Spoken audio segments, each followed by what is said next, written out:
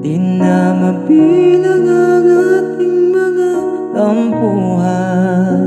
Away ba't di natin di na namamalayan?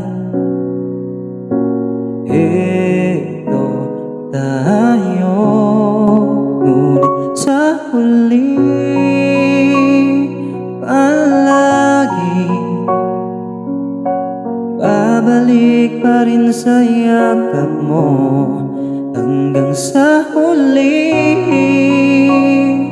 palagi pipiliin kong maging sa'yo.